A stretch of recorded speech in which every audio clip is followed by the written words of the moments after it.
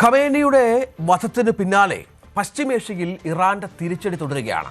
Missile ആക്രമണത്തിൽ ജെറുസലേമിൽ 9 പേർ മരിച്ചുവെന്ന റിപ്പോർട്ടുകൾ പുറത്തുവരുന്നുണ്ട്. നിരവധി പേർക്ക് പരിക്കേറ്റു.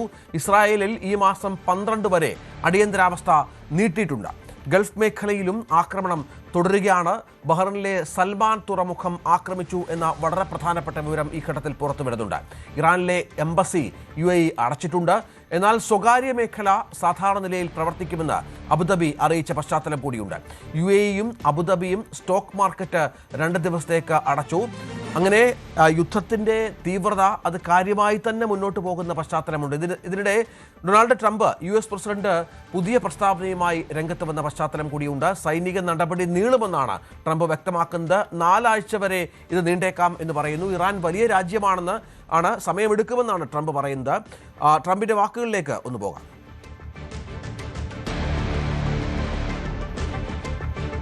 അതിലേക്ക് വരാം. ഇപ്പോൾ അജയ് സുധ ബിജു ഏറ്റവും പുതിയ വിവരങ്ങളുമായി ചേരും. അജയ്, അമേരിക്ക പിന്നോട്ടില്ല, സമാധാനമുണ്ടാകും, ചർച്ചയ്ക്കുള്ള വഴികളൊക്കെ തെളിയുമെന്നൊക്കെ ട്രംപ് പറയുമ്പോഴും അതെപ്പോൾ ഉണ്ടാകുമെന്ന കാര്യത്തിൽ ട്രംപിന് വ്യക്തതയില്ല. കാരണം ഇത് നേരത്തെ നടക്കേണ്ട ചർച്ചകളായിരുന്നു, ഇനി അതിനുള്ള സമയമില്ല എന്ന് പറയുന്നു. പക്ഷേ ഇറാൻ ചർച്ചയ്ക്ക് സന്നദ്ധമാണ്. പുതിയ ഭരണാധികാരി ഇതുമായി ബന്ധപ്പെട്ട് ചില വിവരങ്ങളൊക്കെ ലോകരാജ്യങ്ങളെ അറിയിച്ചിട്ടുണ്ട് എന്ന് മനസ്സിലാകുന്നുണ്ട്. എന്താണ് യഥാർത്ഥത്തിൽ സംഭവിക്കുന്നത്? യുദ്ധത്തിൻ്റെ തീവ്രത അതേപടി തന്നെ തുടരുകയാണോ?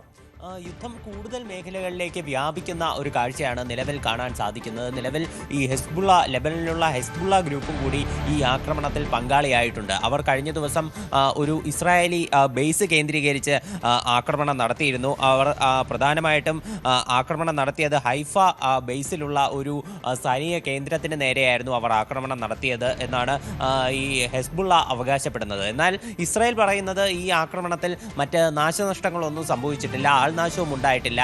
ഈ ആക്രമണം അത് ഉണ്ടാകുന്നതിന് മുൻപ് തന്നെ തടയാനായിട്ട് ഇസ്രായേലിന് സാധിച്ചു. ഇവർ അയച്ച മിസൈലുകൾ വെടിവെച്ചിട്ടു എന്നാണ് ഇസ്രായേൽ അവകാശപ്പെടുന്നത്. പക്ഷേ ഇസ്രായേൽ ഒരു കാര്യം കൂടി സൂചിപ്പിച്ചിട്ടുണ്ട്.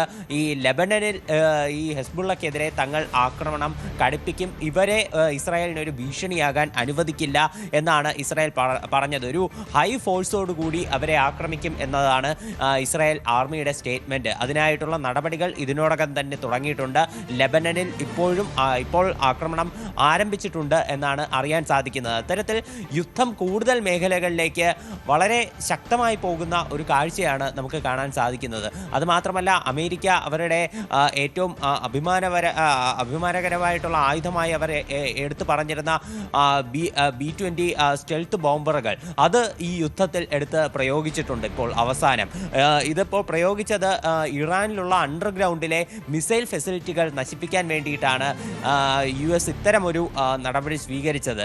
ഇതിലവർ സക്സീഡായി എന്ന് തന്നെയാണ് US വ്യക്തമാക്കിയിട്ടുള്ളത്. മാത്രമല്ല, കഴിഞ്ഞ ദിവസം നടന്ന ആക്രമണങ്ങളിൽ 3 അമേരിക്കൻ സൈനികർ കൊല്ലപ്പെട്ടതായി ഇപ്പോൾ ഡൊണാൾഡ് ട്രംപ് തന്നെ സ്ഥിരീകരിച്ചിട്ടുണ്ട്. അദ്ദേഹം പറഞ്ഞത് 3 അമേരിക്കൻ സൈനികർക്ക് ജീവൻ നഷ്ടമായിട്ടുണ്ട്. അജയം തുടരുക. ഇപ്പോൾ ട്രംപ് അല്പം മുമ്പാണ് ഇതുമായി ബന്ധപ്പെട്ട വിവരങ്ങൾ പങ്കുവച്ചത്. യുദ്ധം നീളുമെന്നാണ് ട്രംപ് പറഞ്ഞത്. 4 ആഴ്ചയോളം നീണ്ടു നിന്നേക്കാം എന്നും ട്രംപ് പറയുന്ന പശ്ചാത്തലമുണ്ട്. അത് നിർണായകമാണ്. നമുക്ക് ആ ദൃശ്യങ്ങൾ, ആ ട്രംപിന്റെ വാക്കുകളിലേക്ക് ഒന്ന് പോകാം. Operations continue at this time in full force, and they will continue until all of our objectives are achieved. We have very strong objectives. They could have done something 2 weeks ago, but they just couldn't get there. വളരെ വ്യക്തമാണ് ട്രംപിന്റെ വാക്കുകൾ, അജയ്. കാരണം തിരിച്ചടി തുടരും, ആക്രമണം തുടരും. നേരത്തെ പറഞ്ഞതുപോലെ അവർ വലിയൊരു ദൗത്യത്തിൽ വിജയിച്ചിട്ടുണ്ട്. കാരണം ഇറാന്റെ പരമോന്നത നേതാവിനെ അടക്കം, ഇറാന്റെ ഭരണകൂടത്തെ അടക്കം കൊലപ്പെടുത്താൻ അമേരിക്കയ്ക്കും ഇസ്രായേലിനും സാധിച്ചു എന്നുള്ളത് ചെറിയ കാര്യമല്ല. വളരെ കൃത്യമായി തന്നെ പ്രിസിഷൻ അറ്റാക്കിലൂടെ അവർ യോഗം കൂടിയ സ്ഥലത്ത് അവിടെ എത്തുകയും ഒരു ഇറാനെ വല്ലാതെ പ്രതിസന്ധിയിലാക്കി അവരുടെ പ്രധാനപ്പെട്ട ആളുകളെ മൊത്തം വധിക്കുകയും മറ്റും ചെയ്തു. ആക്രമണം തുടരും. ഈ പറഞ്ഞതുപോലെ ഇപ്പോൾ ടെഹ്റാനിൽ മാത്രമല്ല മറ്റു മേഖലകളിലേക്കും ഇത് വ്യാപിപ്പിക്കുമെന്നുള്ള വിവരം കൂടി പുറത്തു വരുന്നുണ്ട്. തീർച്ചയായിട്ടും ഇപ്പോൾ മധ്യമേഖലയിലുള്ള ഇറാൻ മാത്രമല്ല, ഇപ്പോൾ വടക്ക് പടിഞ്ഞാറൻ മേഖല, അതുപോലെ തന്നെ തെക്കൻ മേഖല, അങ്ങനെ എല്ലായിടത്തും ഇപ്പോൾ US ആക്രമണം ശക്തമാക്കിയിട്ടുണ്ട്. US പുറമെ ഇസ്രായേലും ആക്രമണം നിലവിൽ കടുപ്പിച്ചിട്ടുണ്ട്. ടെഹ്റാനിൽ നിരന്തരം സ്ഫോടന ശബ്ദങ്ങളും മറ്റും കേട്ടുകൊണ്ടിരിക്കുകയാണ്. പല മിസൈലുകളും അവിടെ നഗരത്തിൻ്റെ ഹൃദയഭാഗത്ത് തന്നെ വന്ന് പതിക്കുന്ന അവസ്ഥയുണ്ട്. ഇന്നലെ ഇസ്രായേൽ വ്യക്തമാക്കിയത് ടെഹ്റാന്റെ ഹൃദയഭാഗത്ത് ആക്രമിക്കും എന്ന് എന്ന് തന്നെയാണ്. അപ്പോൾ ആ വാക്ക് തന്നെയാണ് അവർ ഉപയോഗിച്ചത്. അപ്പോൾ അത് തന്നെയാണ് ഇപ്പോൾ തുടർന്നുകൊണ്ടിരിക്കുന്നത്. ഹാർട്ട് ഓഫ് ടെഹ്റാനിലെ അറ്റാക്ക് അത് തുടർന്നുകൊണ്ടിരിക്കുന്നു. അതുപോലെ തന്നെ US വ്യക്തമാക്കിയ ഒരു കാര്യം, ഇതുവരെ ഇറാനകത്തുള്ള 1000 ലക്ഷ്യസ്ഥാനത്ത് ഞങ്ങൾക്ക് ആക്രമണം നടത്താൻ സാധിച്ചു. 1000 ലക്ഷ്യസ്ഥാനത്ത് വളരെ സക്സസ്ഫുൾ ആയിട്ടുള്ള ഒരു ആക്രമണമാണ് US നടത്തിയത് എന്നാണ് അവർ പറയുന്നത്. ഇതിൽ പലതരം നാശനഷ്ടങ്ങൾ കഴിഞ്ഞ ദിവസം രാത്രി തന്നെ റിപ്പോർട്ട് ചെയ്തിരുന്നു. അതിൽ പ്രധാനപ്പെട്ട ഒന്നാണ് ടെഹ്റാനിലുള്ള ഗാന്ധി ഹോസ്പിറ്റൽ, അതുപോലെ തന്നെ അവിടുത്തെ ഒരു പോലീസ് സ്റ്റേഷൻ, പിന്നെ നാഷണൽ റേഡിയോയുടെ കെട്ടിടം, പിന്നെ ടെലിവിഷൻ ആസ്ഥാനം തുടങ്ങി വിവിധ പ്രധാനപ്പെട്ട സ്ഥലങ്ങളിൽ ഉൾപ്പെടെ ഈ ആക്രമണം നടന്നിട്ടുണ്ട്.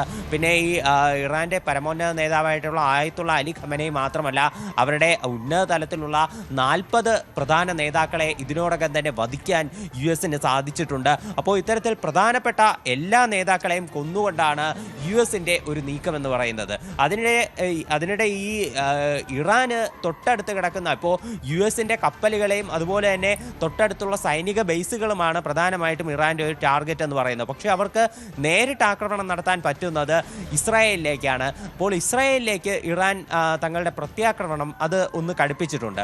അപ്പോൾ ഇത് കാരണം അവിടെയുള്ള ചില നഗരങ്ങളിലെങ്കിലും ചെറിയ നാശനഷ്ടങ്ങൾ വരുത്താൻ ഇറാന് സാധിച്ചിട്ടുണ്ട്. പല മിസൈലുകളും അവർ തങ്ങളുടെ ഫെസിലിറ്റീസ് ഉപയോഗിച്ചുകൊണ്ട് ഇസ്രായേൽ വെടിവെച്ച് ഇട്ടു, അത് ന്യൂട്രലൈസ് ചെയ്തു.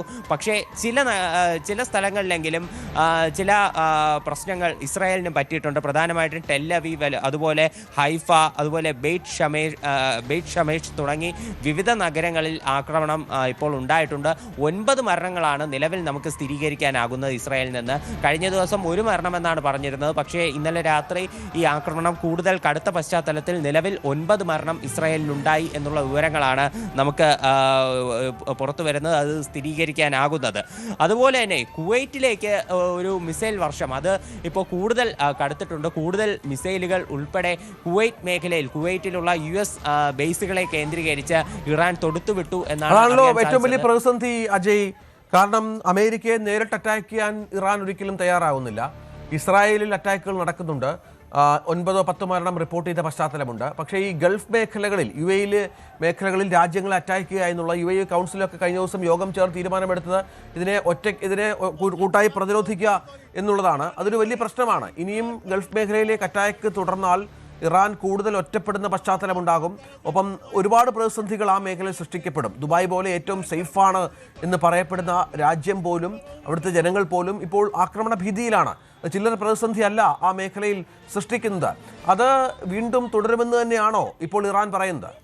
തീർച്ചയായിട്ടും ഈ US ബേസുകളുടെ നാശം കാണാതെ തങ്ങൾ അടങ്ങില്ല എന്നുള്ളൊരു നിലപാട് തന്നെയാണ് തീർച്ചയായിട്ടും ഇറാൻ സ്വീകരിച്ചിട്ടുള്ളത്. അതുപോലെ തന്നെ കഴിഞ്ഞ ദിവസം തന്നെ വന്ന ഒരു വാർത്ത എന്ന് പറയുന്നത്